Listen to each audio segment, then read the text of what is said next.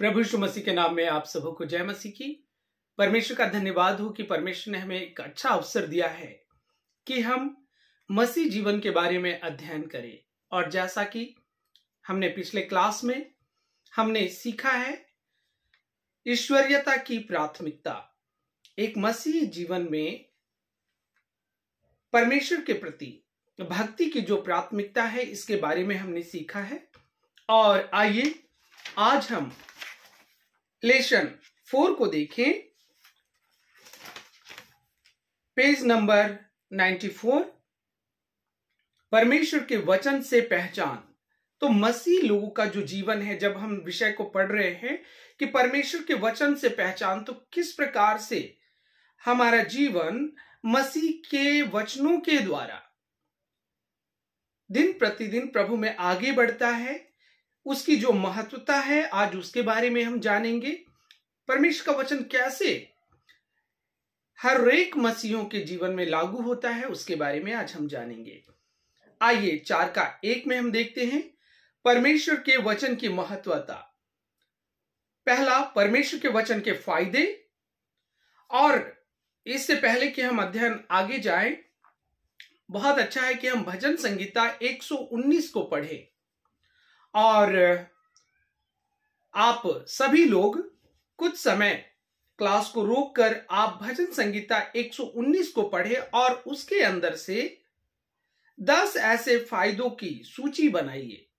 आप कॉपी भी लिख सकते हैं कि 10 ऐसे फायदे जो परमेश्वर के वचन से हम सभी मसीहों को प्राप्त होता है, उसको आप स्वयं लिखें। कुछ बातों को मैं यहां पर बताऊंगा। और आइए भजन संगीता 119 का 9 में हम पढ़े, जवान अपनी चाल को किस उपाय से शुद्ध रखे, तेरे वचन के अनुसार सावधान रहने से। तो देखिए, परमेश्वर का वचन हमें पाप से भी बचाता है। 11 वचन भी जब हम पढ़ते हैं, मैंने तेरे वचन को अपने हृदय में रख छोड़ा है कि तेरे विरुद्ध पाप ना करूं। तो परमेश्वर का वचन हमें पाप से बचाता है, पाप से दूर रखता है। अगर वचन है हमारा पास में परमेश्वर का, तो देखिए हम पाप से दूर रहेंगे। लेकिन वचन नहीं है तो किसी प्रकार से हम नहीं डरेंगे और वहां पर जो है हम पाप में फंसते चले जाएंगे। और इसीलिए हर एक मसीहों के जीवन में परमेश्वर के वचन का होना बहुत ही जरूरी है। और नेक्स्ट हम देखते हैं 119 का 14, मैं तेरी चेतावनियों के मार्ग से मानो सब प्रकार के धन से हर्षित हुआ हूं। देखिए, जो चेतावनी है वो किस प्रकार है, मानो सब प्रकार का धन हमारे जीवन में आता है, यानी कि हर्ष। हाँ, हम खुश रह पाते परमेश्वर के वचन के द्वारा। 16 में जब हम पढ़ते हैं, मैं तेरी विधियों से सुख पाऊंगा। और ये देखिए, परमेश्वर का वचन जो है हमें सुख देता है, और तेरे वचन को ना भूलूंगा। तो परमेश्वर का वचन, हम कहते कि सुख हमें मिले। लेकिन हम जब परमेश्वर के वचन में अपने आप को लगा कर रखते हैं, परमेश्वर के वचन को अपने जीवन में काम करने देते हैं, तो हम परमेश्वर के सुख को, अपने जीवन में सुख के अनुभव को प्राप्त करते हैं। 24 में हम देखते, तेरी चितौनियां मेरा सुख मूल और मेरे मंत्री हैं।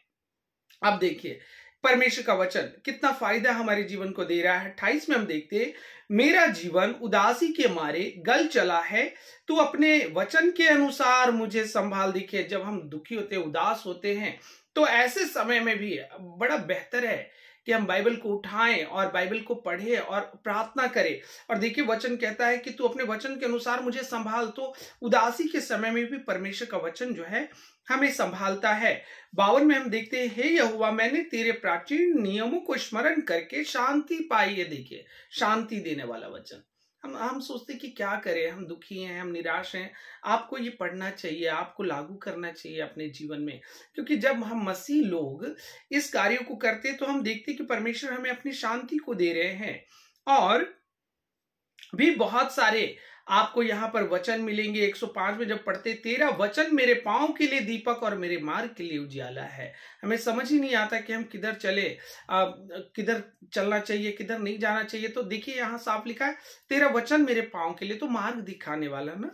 तो हम सभी को इसी प्रकार से वचनों के प्रति अपने आप को समर्पित करना चाहिए। अगर आप एक मसीह है और आप ये मानते हैं कि प्रभु यीशु मसीह ने आपके लिए अपने आप को दे दिया और हम सभी उस पर विश्वास करते हैं, तो हमारा उत्तरदायित्व है कि हम परमेश्वर के वचन को अपने जीवन में महत्व दें।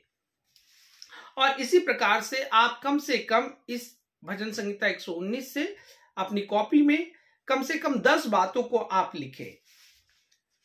उसके बाद हम आगे देखते हैं दूसरा, बाइबल अध्ययन में रुकावट। अब देखिए, क्योंकि हम लोग सभी लोग, कई लोग कहते हैं कि हम बाइबल तो पढ़ना चाहते हैं लेकिन हम पढ़ नहीं पाते, और उस समय कई बातें होती है। तो हम इस बात का अध्ययन करेंगे कि बाइबल अध्ययन में रुकावटें वो क्या है, कैसे हैं और क्या क्या चीजें होती हैं। और आइए हम प्रश्न 1 को पढ़ें। निम्नलिखित वचनों में उन रुकावटों को खोजें जो बाइबल अध्ययन में आती है। तो कौन कौन सी ऐसी रुकावटें जो बाइबल अध्ययन में हमारे जीवन में आती है, हम उसके बारे में आज फिर से एक बार हम चर्चा करेंगे। और हम निकालेंगे मत्ती उसका 14 अध्याय, और हम सभी लोग अपनी बाइबल को निकालें ताकि हम वचन को पढ़ते हुए अध्ययन करेंगे तो हमें स्पष्ट समझ में आएगा।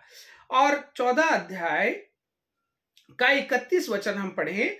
वहां लिखा, यीशु ने तुरंत हाथ बढ़ाकर उसे थाम लिया और उससे कहा, हे अल्पविश्वासी, तूने क्यों संदेह किया। तो देखिए, यहाँ की घटना आप जानते हैं कि पतरस जो है यीशु को, जब वो पानी पर चल रहे थे तो उसने भी कहा कि प्रभु मैं भी चलना चाहता हूं, और वो चला भी। लेकिन जैसे ही इधर उधर देखा, यानी कि संदेह आया, तो उसके बाद वो डूबने लगा। हमारे जीवन में एक रुकावट जो हम बाइबल से समझ सकते हैं कि संदेह करना, और जब हम संदेह करते हैं तो फिर उसके प्रति हमारा समर्पण कमजोर पड़ जाता है। अगर विश्वास है, हाँ परमेश्वर का वचन ही मेरे जीवन में सब कुछ करने वाला है, परमेश्वर का वचन ही मुझे चंगा करने वाला है, परमेश्वर का वचन ही मुझे आशीष देने वाला है, परमेश्वर का वचन ही मेरी तमाम बंधनों को छुटकारा देने वाला है, परमेश्वर का वचन ही मुझे बढ़ाने वाला है, परमेश्वर का वचन ही मुझे शक्ति देने वाला है। अगर हमारे मन में विश्वास है और हम विश्वास के साथ परमेश्वर के वचन को देखते हैं तो यकीनन ये रुकावटें दूर हो जाएंगी। आइए फिर से एक बार हम पढ़ेंगे, हम निकाले याकूब। हम सभी लोग कृपया अपनी बाइबल को अपने हाथ में रखें और निकाले याकूब 1:22। याकूब 1:22 कहता है, परंतु वचन पर चलने वाले बनो और केवल सुनने वाले ही नहीं जो अपने आप को धोखा देते हैं। देखिए, बहुत अच्छा कि क्या कारण है, क्यों रुकावटें आती है, क्योंकि कई बार हम परमेश्वर के वचन को सुनते तो है, हर संडे सुन रहे हैं, प्रतिदिन सुन रहे हैं। आजकल आपने देखा होगा कि हर जगह व्हाट्सएप पे आपको वचन ही मिलेंगे। पहले बहुत मुश्किल होता था कि लोगों को वचन सुनना है तो चर्च में ही सुन सकते, लेकिन आज ऐसा नहीं रह गया है। इस जो मीडिया के समय में, और जो आप देखेंगे कि आजकल ऑनलाइन के माध्यम से, और बहुत सारे आपको प्रीचिंग मिलेंगे, यूट्यूब में मिलेंगे, इंटरनेट पे मिलेंगे, और हर दिन यानी कि वचन आपको मिल रहा है। लेकिन सवाल ये उठता है कि क्या वो सुनना काफी है, क्या पढ़ लेना काफी है। यहाँ पर साफ लिखा है कि परंतु वचन पर चलने वाले बनो और केवल सुनने वाले ही नहीं जो अपने आप को धोखा देते हैं। तो ये दूसरा रुकावट है। तीसरी चीज हम देखते हैं इब्रानियों 5 का, हम सभी लोग निकालेंगे इब्रानियों 5:11 और 12। इसके विषय में हमें बहुत सी बातें कहनी है जिनका समझना भी कठिन है, इसीलिए कि तुम ऊंचा सुनने लगे हो। समय के विचार से तो तुम्हें गुरु हो जाना चाहिए था, तो अभी क्या यह आवश्यक है कि कोई तुम्हें परमेश्वर के वचन की आधी शिक्षा फिर से सिखाए, और ऐसा हो गए हो कि तुम्हें अन्न के बदले अब तक दूध ही चाहिए। और देखिए, यहां पर वचन कहता है कि ऊंचा सुनने लगे हैं, और इसका तात्पर्य क्या है, सुनते ही नहीं है। सुनते ही नहीं है मतलब ऊंचा सुनने का मतलब है इग्नोर कर रहे हैं, ध्यान नहीं दे रहे हैं। तो ये भी हमारे जीवन में जो है, आपने देखा होगा कभी कभी चर्च में लोग आते हैं और वचन चल रहा होता है, लोग फोन छेड़ रहे होते हैं, बातें कर रहे होते हैं इधर उधर। मतलब आप समझ सकते हैं कि ये एक बहुत बड़ी रुकावट है। तो भला वो बाइबल अध्ययन कैसे कर सकते हैं और वचन के महत्व को कैसे अपने जीवन में लागू कर सकते हैं। और 3 बातों को हमने इसीलिए देखा कि एक तो संदेह है, और दूसरा है वचन पर नहीं चलते हैं, तीसरा ऊंचा सुनने लगे, मतलब सुनते ही नहीं है। प्रश्न 2 कहता है, इन रुकावटों के प्रति हमें क्या प्रत्युत्तर देना चाहिए। अब देखिए, वैसे तो बहुत सारी चीजें है ना, जब आप देखेंगे तो बहुत सारी बातें आती है रुकावट में। जैसे कई लोग कहते हैं समय नहीं मिल पा रहा है, कई लोग कहते हैं जब मैं बाइबल पढ़ता हूं तो नींद आने लगता है, और बहुत सारी ऐसी बातें। तो आप क्या करना चाहिए, ठीक है, आपको जो है और कोशिश करनी चाहिए, प्रार्थना करनी चाहिए, क्योंकि ये रुकावटें जब आ रही हैं, आप देखिए जब कोई ऐसी इंटरेस्टिंग चीज आप देखते हैं, समझ लीजिए आप टीवी देख रहे हैं और कुछ ऐसी चीज या मैच आ रहा है या कोई मूवी आ रही है और उस समय आप देखते हैं तो आप कैसे आराम से देख लेते हैं, और वो मूवी जो है बहुत लंबे टाइम का होता है, 2 घंटे 3 घंटा, लेकिन परमेश्वर के वचन के लिए 10 मिनट टाइम निकालना, इसका मतलब कहीं ना कहीं हमारी इच्छा शक्ति में कमी है, कहीं ना कहीं हमारे प्रेम में कमी है। और इसी बातों को हम प्रार्थना के साथ तोड़ना चाहिए कि नहीं, मैं निर्णय करना चाहिए, ठीक है मैं शुरुआत करूंगा 5 मिनट परमेश्वर का वचन पढ़ने से, आज 1 अध्याय पढ़ने से शुरू करूंगा, 2 अध्याय पढ़ूंगा, और जितना मुझे वक्त मिलेगा। और आप ऐसा देख जब करेंगे तो आप देखेंगे कुछ समय में आप परमेश्वर के वचन के प्रति, उसके अध्ययन के प्रति वफादार हो गए हैं। और एक विषय है कि आप जो है इन क्षेत्रों में अपने अनुभवों का अवलोकन करने का समय निकाले, कौन सी रुकावट आपके लिए वास्तविक समस्या बनी, इनसे आपको कैसे निपटना है, बहुत बेहतर है। देखिए हम लोग ऑफलाइन नहीं वरन ऑनलाइन है, सो जब हम अपने घर में ही है तो आप एक लिस्ट बनाइए, एक लिस्ट बनाइए कि आपको क्या क्या दिक्कतें आ रही हैं, और इस दिक्कतों से उबरने के लिए परमेश्वर का वचन हमें कैसे हमारी सहायता करता है, कैसे हमारी मदद करता है। आप इसके लिए अपने पासवान से, अपने अगुवों से, चर्च के जो अनुभवी भाई बहन हैं उनसे आप जो है सहायता ले सकते हैं। 4 का 2 हम देखते हैं, परमेश्वर के वचन का अध्ययन करें, भक्ति का तरीका। तो मतलब भक्ति जो है यानी पूर्ण रूप से समर्पण होकर कैसे जो है आप परमेश्वर के वचन का अध्ययन करेंगे। पहला हम देखते हैं भक्तिपूर्ण अध्ययन का उद्देश्य, तो उसके बारे में हम सीखेंगे क्या उद्देश्य है। भक्तिपूर्ण अध्ययन के 2 उद्देश्य क्या हैं, तो भजन संहिता 119 उसका 34 वचन को हम लोग पढ़ेंगे। वहां हम पढ़ते हैं, मुझे समझ दे तब मैं तेरी व्यवस्था को पकड़े रहूंगा और पूर्ण मन से उस पर चलूंगा। यानी कि पकड़े रहना और उस पर चलना, ये 2 बातें हैं। भक्तिपूर्ण अध्ययन के उद्देश्य जो है 2 है। एक तो पकड़े रहना, अगर आपने पढ़ा है लेकिन आप उस पर चल नहीं रहे तो क्या फायदा, और आपने उसे दृढ़ता के साथ, ये नहीं थोड़ी देर के लिए नहीं वरन हमेशा के लिए आपके जीवन में वो जो है घर कर जाए, और आप उसके अनुसार जो है आप उस वचन को पकड़े रहे और उसके अनुसार चले। तो पकड़े रहना और उस पर चलना 2 बातें। दूसरा में हम देखते हैं भक्तिपूर्ण अध्ययन के गुण। प्रश्न 4, सही भक्तिपूर्ण अध्ययन के विधि के विशेषता क्या है। सही भक्तिपूर्ण अध्ययन, तो वो करने के लिए हमें क्या करना चाहिए, यह बहुत साधारण होना चाहिए। जब आप देखिए बाइबल को पढ़ते हैं, आपको एक चीज याद रख लेना चाहिए कि बहुत आसान भाषा में आप इसे समझे। ये नहीं है कि बहुत सारी थियोलॉजी और बहुत सारे गहराइयों को आप खोजबीन करें। हाँ, ये आपको आवश्यकता पड़ेगा, लेकिन जब आप शुरुआती दौर में हैं, जब आप अध्ययन करने के लिए सीख ही रहे हैं, ऐसे समय में यह बहुत साधारण होना चाहिए और इसमें लागूकरण होना चाहिए। आपने पढ़ लिया, ठीक है, आज प्रभु का वचन आप डरे हुए हैं और प्रभु ने आपसे बातें की वचन के द्वारा कि डर मत, मैं तेरे साथ हूं, तो आप इसको बहुत आसानी से कि हाँ परमेश्वर का वचन मुझे कह रहा है कि डर मत, वो मेरे साथ में। अब इसको केवल पढ़ा ही नहीं, समझा ही नहीं, वरन उसको लागू किया। आपने प्रार्थना की, हाँ परमेश्वर आप मेरे साथ हैं, अब मैं नहीं डरूंगा क्योंकि आप मेरे साथ हैं। इसीलिए आप जब भी पढ़े वचन को तो ऐसा लगे कि परमेश्वर आपसे अब भी बात कर रहा है। हाँ, हम जानते हैं हजारों वर्ष पहले जो है पवित्र शास्त्र लिखा गया, लेकिन जो है इसके बावजूद हमें इस बात को ध्यान रखना चाहिए कि परमेश्वर का वचन केवल और केवल आपसे बात कर रहा है।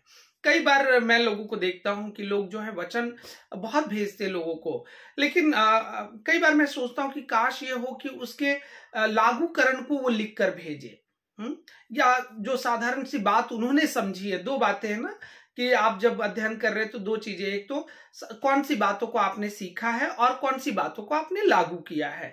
और जब आप ऐसा करते हैं तो ये एक सही तरीका है भक्तिपूर्ण अध्ययन का, एक सही गुण है। 4 का 3 में हम देखते हैं परमेश्वर के वचन का लागूकरण। अब लागूकरण के बारे में हम देख, प्रश्न 5, निम्नलिखित वचनों में लागूकरण के महत्व को खोजें। अब देखिए यूहन्ना 13 अध्याय और उसका 17 वचन को हम देखते हैं।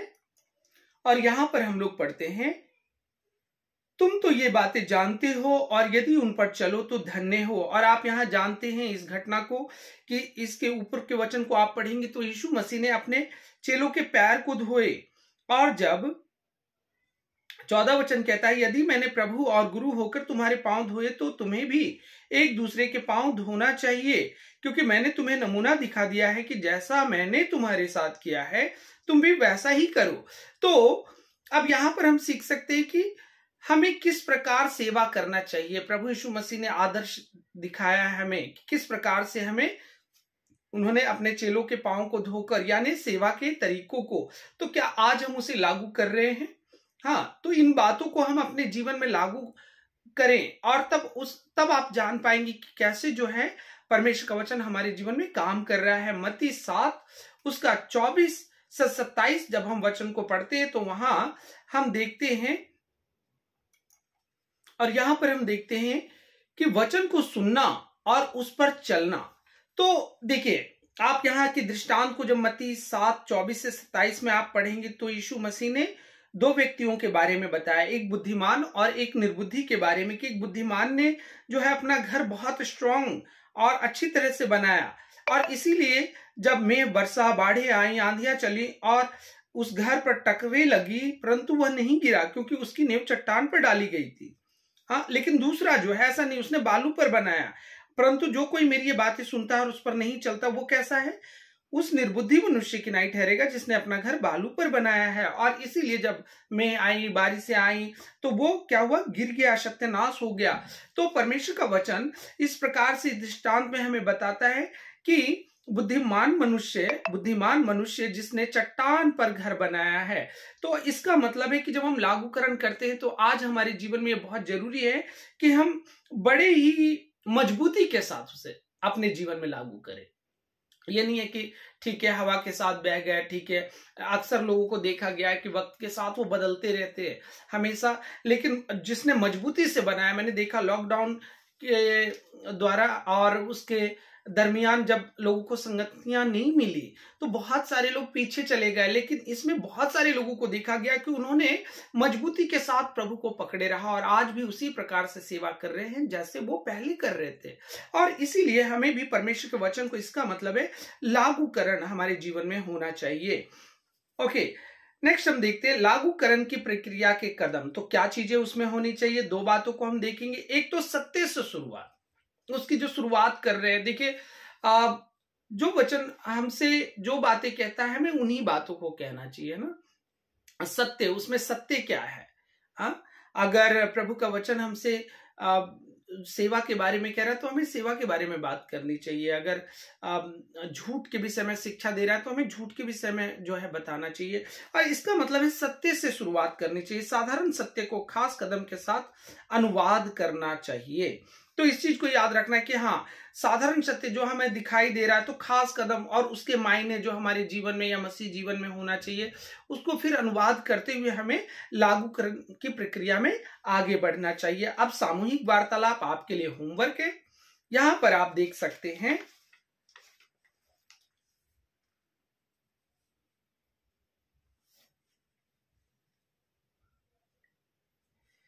कि किस प्रकार से हम लोग सामूहिक वार्तालाप करें। तो इसके बारे में हमें ध्यान देकर हमें इसमें जो है अध्ययन करना चाहिए कि अपने आप से यह पूछना कि इस सत्य ने आपके जीवन के कौन से क्षेत्रों को प्रभावित किया। छोटे समूह में निम्नलिखित 2 तीमुथियुस वचन में से लागूकरण बातों को बांट सकते हैं। वैसे तो ये ग्रुप में हमें जो है हमें इसको विचार विमर्श करना चाहिए, वार्तालाप करना चाहिए।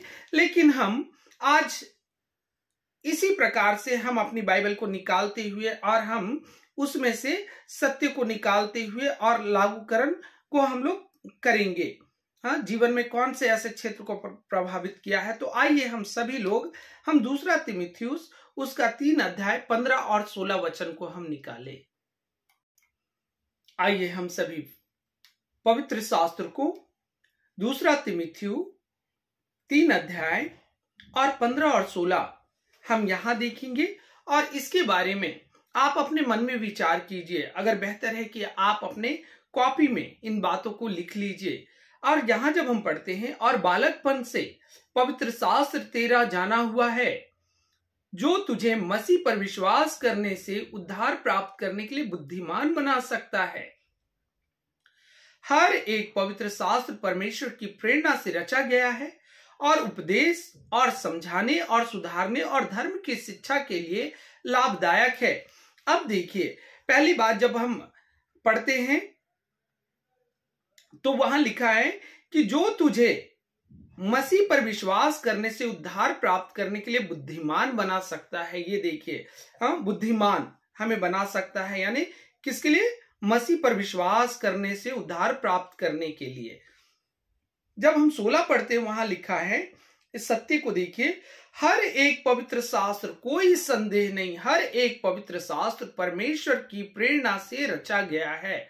अब देखिए सत्य क्या है? हर एक पवित्र शास्त्र परमेश्वर की, जो हम वचन पढ़ते हैं, तो वो किसकी प्रेरणा से? लोगों ने लिखा, सत्य है, लेकिन वचन कहता है कि पवित्र शास्त्र परमेश्वर की प्रेरणा। प्रेरणा कहां से मिली? प्रेरणा जो है परमेश्वर से मिली है। और किस लिए? क्या फायदा, क्या लाभ, हमारे जीवन में उसका क्या महत्व, कैसे वो हमारे जीवन को प्रभावित कर सकता है, करता है, कलीसिया को करता है, लोगों को करता है। तो वहां लिखा है, और उपदेश किस लिए रचा गया है? इसकी जो रचना हुई, सत्य क्या है कि परमेश्वर की प्रेरणा से पवित्र शास्त्र रचा गया है। किस लिए? उपदेश देने के लिए, लोगों को उपदेश देने के लिए और समझाने के लिए, जब वो सही नहीं चल रहे हो, जब उनके जीवन में कई प्रकार की समस्या आ रही हो। देखिए, मसीह जीवन में, प्रतिदिन के जीवन में अपने आप को सुधारने पे भरोसा करना चाहिए। कई लोग कहते नहीं है, मेरे जीवन में कुछ गलती नहीं है, और मैंने अक्सर देखा उन लोगों को, वो लोग ऐसा कहते हैं जो लोग बहुत ज्यादा प्रार्थनाओं में समय नहीं बिताते, क्योंकि वो मान नहीं पाते, क्योंकि वो परमेश्वर के वचन को अपने जीवन में, देखिए, सत्य तो जानते हैं, लेकिन कई बार लागूकरण नहीं हो पाता, महत्व नहीं हो पाता। लेकिन अब देखिए, उपदेश देने में और समझाने में, समझाने के लिए भी इसका प्रयोग हमारे जीवन में होता है। एक मसीह जीवन में ये बहुत महत्वपूर्ण है। और सुधारने में, कोई सही नहीं चल रहा है तो कहां से, कैसे? तो परमेश्वर के वचन के द्वारा हम उनको बता सकते हैं, नहीं भाई ये गलत है, और देखिए परमेश्वर का वचन इस प्रकार से हमें कहता है और हमें ऐसा नहीं करना चाहिए।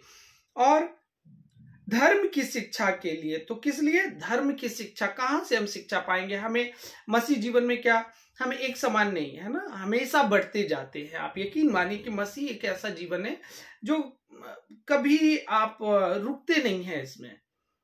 बहुत जितना जान लिया हो आपको कम लगेगा। तो ये कब होगा? जब आप बहुत अत्यधिक समय को बिताते हैं। और इसीलिए वचन कहता है, किस लिए? तो इस चीज को हमें, सत्य क्या है? सत्य को जब हम 16 वचन में पढ़ते हैं, सत्य यह है कि ये जो है पवित्र शास्त्र परमेश्वर की प्रेरणा से रचा गया है। तो ये रचा गया है, और साथ में इस जो हमारे लिए जो खास कदम हम देखते हैं, और उसमें देखते हैं किस लिए है भाई? तो उपदेश देने के लिए और समझाने के लिए और सुधारने और धर्म की शिक्षा के लिए तो लाभदायक है। तो हम इसको समझ सकते हैं कि हाँ, ये परमेश्वर का वचन जो है हमारे लिए परमेश्वर की प्रेरणा से रचा गया है और हमारे जीवन के लिए ये लाभदायक है, बढ़ोतरी का कारण है, मसीह जीवन में बढ़ोतरी का कारण है। इसके बगैर हम बढ़ नहीं सकते। और इस प्रकार से हम अपने आप में इन वचनों को लागू कर सकते हैं। और आइए हम दूसरे वचन को भी हम पढ़ेंगे। दूसरा तीमुथियुस 3 अध्याय 17 वचन, 4 अध्याय 17 वचन हम पढ़ेंगे। और यहां पर हम पढ़ते हैं, आइए हम मिलकर पढ़ें, ताकि परमेश्वर का जन सिद्ध बने और हर एक भले काम के लिए तत्पर हो जाए। अब देखिए साफ साफ यहां पर लिखा हुआ है कि परमेश्वर का जन यानी सिद्ध बनने के लिए, मजबूत होने के लिए, बढ़ने के लिए, और क्यों? ताकि हर एक भले काम के लिए तत्पर हो जाए। देखिए, जब हम परमेश्वर में सिद्ध नहीं बनते तो हम किसी के बारे में नहीं सोचते, हम केवल अपने आप के बारे में सोचते, कभी भी सेवा के बारे में नहीं सोचते। लेकिन आपको मैं एक सत्यता बताऊं कि जब हम कहते हैं कि यीशु मैंने आपको ग्रहण कर लिया, मैं आप पर विश्वास करता हूं, तो अब आप साधारण नहीं है। वचन कहता है आप और हम चुना हुआ वंश, राज पदधारी, पवित्र याजकों का समाज और उसकी निज प्रजा है। जब ये चीजें कहते हैं तो आपको याद रखना चाहिए कि अब हम मसीह के हैं और परमेश्वर के जब हम हैं तो हमें परमेश्वर ने एक योजना के तहत बुलाया है और उसमें ये शामिल होता है कि हम प्रभु की सेवा करें। देखिए, कई बार सोचते हैं कि सेवा करने के लिए बहुत कुछ जानना चाहिए। हाँ, ये सही है कि पढ़ना, बहुत ज्यादा अध्ययन, बहुत ज्यादा प्रार्थना, बहुत ज्यादा पढ़ाई और बहुत सारी चीजें होनी चाहिए। लेकिन एक सबसे बड़ी बात है, देखिए जब आप देखेंगे जो सामरी स्त्री के बारे में जो घटना थी, वो बहुत कुछ नहीं जानती थी, केवल एक मसीहा के बारे में जानती थी कि आने वाला है। जब उसने जान लिया तो देखिए उसी ने सबसे पहले उस गांव में जाकर लोगों को यीशु के बारे में बताया है। वो बहुत कुछ नहीं जानती थी, लेकिन उसके बावजूद तो हमें भी परमेश्वर ने जब बुलाया तो हम इसको कैसे लागू कर सकते कि हाँ, परमेश्वर हमें बढ़ाने के लिए चाहते हैं और इसीलिए हमें अपने आप को लोगों की सेवा के लिए तैयार करना चाहिए, भले कामों के लिए तत्पर हो जाना चाहिए। और इन बातों से हम ये सीख पाते हैं। तीसरा हम इसी में 4:17 भी हम देख लेते हैं एक बार। और कृपया आप सभी लोग अपने बाइबल को निकालें। परंतु मेरा प्रभु मेरा सहायक रहा और मुझसे सामर्थ दी, ताकि मेरे द्वारा पूरा पूरा प्रचार हो और सब अन्य जाति सुन ले। और मैं तो सिंह के मुंह से छुड़ाया गया। आप देखिए कितना बेहतर है। वचन कहता है कि प्रभु जो है मेरा सहायक है और उसी ने मुझे सामर्थ दिया और उसी ने मेरे द्वारा पूरा पूरा प्रचार और सब अन्य जाति सुन ले। तो एक बात स्पष्ट समझ आ रही है कि परमेश्वर ने हमें अपनी सेवकाई में बुलाया है। हाँ, मैं मानता हूं कि जरूरी नहीं है कि सब प्रचार करें। आप देखिए, लोगों के लिए अगर आप प्रार्थना भी कर रहे हैं तो ये सेवा है। मैं मानता हूं कि जब आप कलीसिया में जाकर साफ सफाई भी करते तो ये एक सेवा है। और यकीनन इन सारी बातों को जब हम परमेश्वर के वचन को अपने जीवन में काम करने देंगे तो आप समझ पाएंगे कि सेवकाई के लिए ही प्रभु ने आपको और हमें बुलाया है। आइए हम आगे तीसरा देखते हैं, 4 अध्याय का 3 और 4। 4 अध्याय का फिर से एक बार 3 और 4 हम पढ़ेंगे। क्योंकि ऐसा समय आएगा कि लोग खरा उपदेश ना सह सकेंगे, पर कानों की खुजली के कारण, अपनी अभिलाषाओं के कारण के अनुसार अपने लिए बहुत तेरे उपदेशक बटोर लेंगे और अपने कान सत्य के से फेर कर कथा कहानियों पर लगाएंगे। देखिए, आज ये सारी चीजें हो रही हैं दुनिया के अंदर ना, लेकिन हमें और आपको इस बात को ध्यान रखना चाहिए कि वचन की जो सत्यता है वो क्या है। वो इस बात के लिए कह रहा है कि लोग जो है वो क्या करेंगे कि ऐसा समय आएगा। हाँ, मैं तो कहूं कि अभी भी है, लोग ऐसा करते हैं। और 4 अध्याय का 3 वचन में जब आप पढ़ते वहां लिखा है कि क्योंकि ऐसा समय आएगा कि लोग खरा उपदेश ना सह सकेंगे। आसान नहीं होता आजकल कलीसिया में। आपने देखा होगा कि आशीषों की बात करते हैं तो लोगों को बहुत अच्छा लगता है, लेकिन जैसे ही समझाने और सुधारने और पाप के बारे में और कई और विषयों के बारे में या लगाई दान और दशमांश के बारे में, बहुत सारी ऐसे विषय को जब बोला जाता है तो लोगों को बहुत अच्छा नहीं लगता। और लेकिन वचन कहता है कि देखिए, लोग ऐसा करेंगे तो हमें इस बात को याद रखना है कि परमेश्वर का वचन जो है हमारे लिए है। और खरे उपदेश को सुनने से हमें डरना नहीं है, क्योंकि खरा उपदेश हमारे जीवन को प्रभु में और परिपक्व करता है, मजबूत करता है। और वही लोग बड़े बड़े काम कर पाए हैं जिन्होंने खरे उपदेश को, क्योंकि देखिए, लोग अपनी अभिलाषा के अनुसार वचन का प्रयोग करते हैं। हाँ, परमेश्वर का वचन हमसे ये कह रहा है तो उसको लोग जो करते वो अपना फायदा देखते हैं। हाँ, प्रभु का वचन जो है मेरे जीवन के लिए, केवल मेरे लिए। लेकिन क्यों ना हम इन चीजों को छोड़ते हुए जो है परमेश्वर के खरी शिक्षाओं को प्राप्त करना आरंभ करें। क्योंकि ठीक है, शुरुआती दौर में हमने जाना प्रभु हमसे प्यार करते हैं, आज भी प्यार करते हैं और युगान युग प्यार करते हैं। प्रभु नहीं बदलता। तो हमें परमेश्वर की हर बातों पर यकीन करना है। ऐसा नहीं है कि वचन में एक जगह का वचन अच्छा दिया तो हम उस पर यकीन कर रहे हैं, लेकिन क्योंकि एक ही प्रभु का वचन है। अगर ऐसा नहीं होता ना कि आप जो है हाथ को ग्रहण कर रहे हो, एक हाथ को ग्रहण कर रहे हो, अक्सर हम एक हाथ से हाथ मिलाते हैं, लेकिन एक हाथ से हाथ मिला रहे हैं लेकिन पूरा शरीर हमारा उनके साथ में शामिल है, यानी कि इस हाथ को भी पता है, यानी सब मिले हुए हैं। तो लेकिन हम कई बार एक जगह के वचन को ग्रहण करते और दूसरे को छोड़ना पसंद करते। तो आज हमें इस बात का निर्णय, इस सत्य को याद रखना चाहिए कि हमें खरे उपदेश को भी हमें ग्रहण करना चाहिए। और सत्य कथा कहानियों पर नहीं वरन सत्य की ओर अपने ध्यान को लगाए। परमेश्वर का वचन सत्यता हमसे क्या कह रहा है उस पर हमें चलना चाहिए। और ये देखिए ये मसीह जीवन, इसलिए पिछली बार भी मैंने कहा था कि आप नहीं बहुत सारी चीजों को करके नहीं, आपका लाइफ ऐसा बन जाए कि लोग आपको देखने के बाद ही कहे हाँ ये एक मसीह जन है, एक अच्छा व्यक्ति है। भले ही लोग नहीं जानता कि मसीह है, लेकिन वो देखकर आपको कहेगा हाँ ये बहुत अच्छा व्यक्ति है। क्यों? अगर एक मसीह व्यक्ति है वो कहता है लेकिन गाली गलौज कर रहा है, लड़ाई झगड़े कर रहा है, लोगों के साथ अच्छा व्यवहार नहीं रखता, लोगों को इग्नोर करता है और लोगों से, तो सोचिए उस व्यक्ति को कोई अच्छा कैसे कह सकता है। और इसीलिए हमें सत्य को जानना चाहिए परमेश्वर के वचन से, इस बात को कि परमेश्वर का वचन वो खरा है लेकिन वो हमारी आशीष के लिए है। देखिए जहां पर दया का वचन है हमें दया के वचन को ग्रहण करना चाहिए। जहां खरा उपदेश है अगर वो आपके जीवन को टच कर रहा है तो आपको उसी समय आंखों को बंद कर प्रार्थना करके परमेश्वर के समक्ष घुटने टेक कर प्रार्थना करनी चाहिए। परमेश्वर फिर से एक बार मुझे सिखा, फिर से एक बार मुझे बना, फिर से एक बार मैं तेरी राह पर सही से चल सकूं और मैं आपकी सेवकाई को कर सकूं, आप में जी सकूं। यही है मसीह जीवन। कि हम देखिए मसीह जीवन जब हम बोलते तो मसीह यानी कि मसीह है, तो हमारे जीवन में वो क्या कौन आ गया? मसीह। तो मसीह जीवन के अनुसार मैं चलने पाऊं। सो मेरे प्रियो, मैं उम्मीद करता हूं कि आप लोग इस अध्ययन को अच्छी रीति से, खासकर परमेश्वर के वचन की महत्वता हमारे जीवन में अच्छी रीति से हम इसको समझ पाए हैं।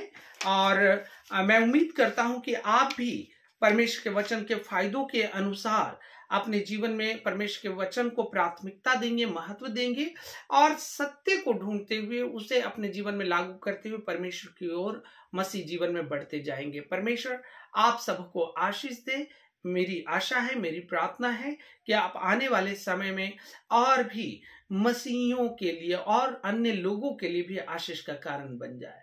बहुत बहुत धन्यवाद। जय मसीह की।